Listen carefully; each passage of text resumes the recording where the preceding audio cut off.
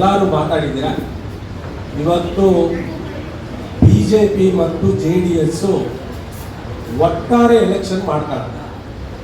ಈಗ JDS ನಲ್ಲಿ ಹಿಂದೆ ನಾವೆಲ್ಲ ಇದ್ದಾಗ ಒಂದು 10 ಸೀಟು ನಾವು ಗೆದ್ದಿದ್ದು, ನರಸಿಂಹಮೂರ್ತಿ ಅಲ್ವಾ, 10 ಸೀಟ್ ಗೆದ್ದಿದ್ದು. ಆ 10 ಜನಕ್ಕೆ ಅವರು BJPಯಿಂದ ಅವ್ರು ಬಿಟ್ಕೊಡ್ತಾರೆ. ಇನ್ನು 25 ಸೀಟು ಅವ್ರು ನಿಂತ್ಕೊಂತಾರೆ. 35 ಸೀಟ್ಗೆ ಅವ್ರು ಕ್ಯಾಂಡಿಡೇಟ್ ಮಾಡ್ಕೊಂಡವ್ರು ಆಗ. ಅವರಲ್ಲೇನು ವ್ಯತ್ಯಾಸ ಇಲ್ಲ. ಈಗ ನಮ್ಮಲ್ಲಿ ತುಂಬ ವ್ಯತ್ಯಾಸಗಳಿದ್ದಾವೆ. ನಾವುಗಳು ತುಂಬ ಹುಷಾರಾಗಿ, ನಯಾಜ್ ಸೀನಿಯರ್ ಇದ್ದಾರೆ, ಅವರು ಕಾರ್ಪೊರೇಷನಲ್ಲಿ ಸಾಕಷ್ಟು ಪಳಗಿದ್ದಾರೆ, ಸಾಕಷ್ಟು ಅನುಭವಗಳನ್ನು ಅವರು ತಗೊಂಡಿದ್ದಾರೆ.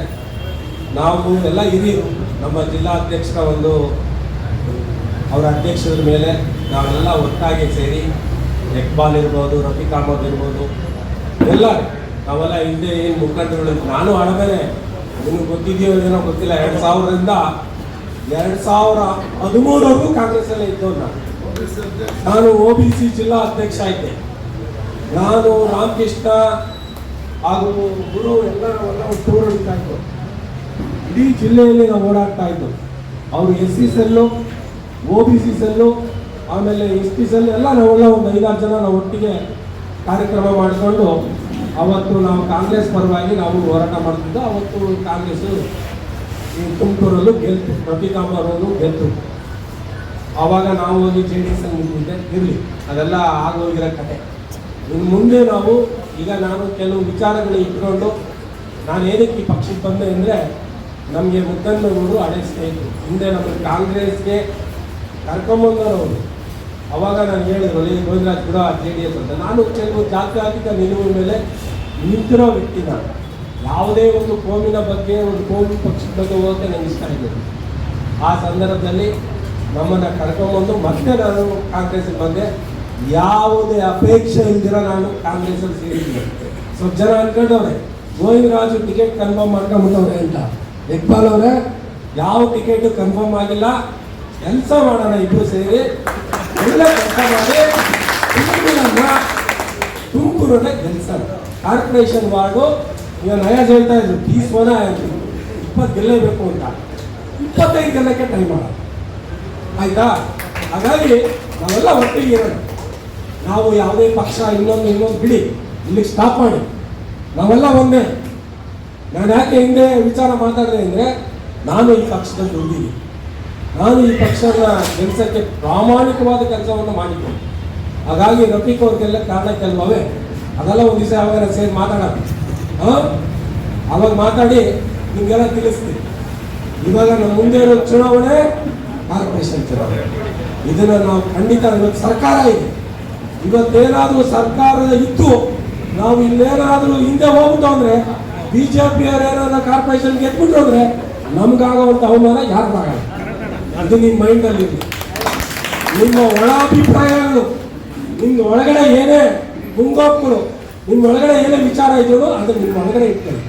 ದಯವಿಟ್ಟು ಈಚೆ ಬಿಡಬೇಡಿ. ಯಾಕೆ ಅಂದರೆ ಕೆಲವು ವಿಚಾರಗಳು ನಾನು ಗಮನಿಸ್ತಾ ಇದ್ದೆ. ಏನಾಯ್ತು ಇರಲಿ, ನನಗೂ ಇದೆಯಪ್ಪ, ಎಲ್ಲರಿಗೂ ಇದೆ. ಬಟ್ ಮುಂದೆ ಒಂದ್ಸತಿ ಅಧಿಕಾರ ಸಿಗುತ್ತೆ. ಸ್ವಲ್ಪ ತಾಳ್ಮೆಯಿಂದ ಎಲ್ಲರೂ ಕಾಯಬೇಕು. ಈ ಚುನಾವಣೆಯಲ್ಲಿ ನಾನು ಒಬ್ಬನೇ ಎಲ್ಲ ನಿರ್ಧಾರ ಮಾಡೋದು. ನಾವು ಇಷ್ಟು ಜನ ಇಲ್ಲಿ ಸಾಕಷ್ಟು ಜಿಲ್ಲಾಧ್ಯಕ್ಷರಿದ್ದಾರೆ, ಹಳೆಯ ಮುಖಂಡರುಗಳಿದ್ದಾರೆ. ಇವರೆಲ್ಲ ಒಂದು ಲಿಸ್ಟ್ ಮಾಡಿ, ನಮ್ಮ ಡಾಕ್ಟರ್ ಪರಮೇಶ್ ಇರ್ಬೋದು, ಮೇಲೆ KPCC ಅಧ್ಯಕ್ಷರು, ಅದಕ್ಕೆ ಡಿ ಫಾರಂ ಸೈನ್ ಮಾಡೋದು ನಾವು ಯಾರೂ ಅಲ್ಲ. ನಮ್ಮಲ್ಲಿ ವಸುಂಧರ ಎಲ್ಲ KPCC ಅಧ್ಯಕ್ಷರು ಮಾಡೋದು. ಹಾಗಾಗಿ ಅವ್ರ ಗಮನಕ್ಕೆ ತರ್ತೀವಿ. ನಾವು ಒಂದೊಂದು ವಾರ್ಡಿಗೆ 2-3 ಜನ ನಾವು ಕ್ಯಾಂಡಿಡೇಟ್ ತೋರಿಸ್ತೀವಿ. ನಿರ್ಧಾರ ಮಾಡೋದು, ನಿರ್ಧಾರ ಮಾಡಿದ ಮೇಲೆ ಈ ಫಾರಂ ಸಿಕ್ಕಿದ ಮೇಲೆ ಯಾರಿಗೆ ಆಗಲಿ ಸಿಕ್ಕಿದ್ರೆ ಕೆಲಸ ಮಾಡೋ ಜವಾಬ್ದಾರಿ ನಾವೆಲ್ಲ ಮುಖಂಡರು ನನ್ನ ಮೇಲೂ ಇರುತ್ತೆ. ನಾವು ಕೆಲಸ ಮಾಡಬೇಕು, ಇದು ನಮ್ಮ ಡ್ಯೂಟಿ. ನಮ್ಗೆ ಯಾವುದೇ ವೈಯಕ್ತಿಕತೆ ಇಲ್ಲ. ಇಲ್ಲಿ ನಾನು ಹೇಳಿದ್ದೆಲ್ಲ ಕೊಡೋರು ಯಾರು ಇಲ್ಲ. ನನಗೆ ಕೊಡಪ್ಪ ಅಂದರೆ ಕೊಡಲ್ಲ ಅವರು. ಸ್ವಲ್ಪ ಈಗ ನಮ್ಮ ಸರ್ಕಾರ ಇದೆ, ಕೆಲವು ರಿಪೋರ್ಟ್ಗಳೆಲ್ಲ ತಗೊಳ್ತಾರೆ, ಕೆಲವು ಇಂಟೆಲಿಜೆನ್ಸಿ ರಿಪೋರ್ಟ್ಗಳನ್ನ ಅವರು ಎಲ್ಲರೂ ತಗೊಂಡು ಆಮೇಲೆ ಯಾರು ಕೊಡಬೇಕು ಅಂತ ದೊಡ್ಡವರು ಮಾಹಿತಿ ಹೋಗುತ್ತೆ. ದೊಡ್ಡವರು ನಮಗೆ ಕರೆಸಿ ಒಂದು ಮೀಟಿಂಗ್ ಮಾಡ್ತಾರೆ. ಇಂಥವ್ರ ರಿಪೋರ್ಟ್ ಚೆನ್ನಾಗಿದೆ ನೋಡ್ರಪ್ಪ, ಇಂಥವ್ರ ಹೆಸರು ಕೊಡಿ ಅಂದಾಗ ನಾವು ಅಂಥ ಹೆಸರುಗಳನ್ನ ನಾವು ರೆಕಮೆಂಡ್ ಮಾಡಬೇಕಾಗುತ್ತೆ. ಇಲ್ಲಿ ಯಾರು ಏನೇ ಅಂದ್ಕೊಳ್ಳಿ, ನಿಮಗೆ ವಾಸ್ತವ ಹೇಳ್ತಾ ಇದೆ, ಮುಂದೆ ಆಗೋ ವಿಚಾರ ನಿಮ್ಗೆ ಹೇಳ್ತಾ ಇದೆ. ಯಾಕೆಂದರೆ ನಾನು 30 ವರ್ಷ ಈ ಪಾರ್ಟಿಗಳಲ್ಲಿ ಇದ್ದೀನಿ, ಏನು ನಡೆಯುತ್ತೆ ಬೀಪಾರ ವಿಚಾರ ಅಂತ ನಿಮಗೆ ಸೂಕ್ಷ್ಮವಾಗಿ ಹೇಳಿ. ಹಾಗಾಗಿ ಯಾರು ಏನು ಇದು ಮಾಡ್ಕೊಬೇಡಿ. ದಯವಿಟ್ಟು ಹೇಳ್ತೀನಿ, ಇವತ್ತಿಂದ ನೀವು ನಿಮ್ಮ ಆಕಾಂಕ್ಷಿ ಏನಾದ್ರು ಇದ್ದರೆ ವಾರ್ಡ್ಗಳಲ್ಲಿ ದಯವಿಟ್ಟು ಮನೆಗಳು ಬಿಡಿ. ನಿಮ್ಗೆ ಗೊತ್ತಿಲ್ಲ, ನಿಮ್ಮ ಮನೆಗೆ ಹೋಗಿ ನೀವು ಮಾತಾಡಿ, ಮನೆಗೆ ನೀವು ಕಾಂಗ್ರೆಸ್ ಪಕ್ಷವನ್ನು ನಾವು ನೆಕ್ಸ್ಟ್ ಕ್ಯಾಂಡಿಡೇಟ್ ಆಗ್ತೀನಿ ಅಂತೇಳಿ ನೀವು ಮನೆಗೆ ಹೋಗಿ ಹೇಳ್ಕೊಂಡು ಅವರ ಆಶೀರ್ವಾದ ತಗೊಂಬನ್ನಿ. ಆ ರಿಪೋರ್ಟ್ ಆಟೋಮೆಟಿಕ್ ಆಗಿ ಬರುತ್ತೆ ನಿಮ್ಮ ಬಗ್ಗೆ, ಆ ರಿಪೋರ್ಟ್ ಆಟೋಮೆಟಿಕ್ ಆಗಿ ಬರುತ್ತೆ. ಆವತ್ತು ನಿಮಗೆ ಬಿ ಫಾರಂ ಸಿಗುತ್ತೆ. ಸುಮ್ಮನೆ ಇಲ್ಲಿ ಏನೋ ನಾನು ಹಾಗೇನಿಗೆ ಅವೆಲ್ಲ ಬೇಡ.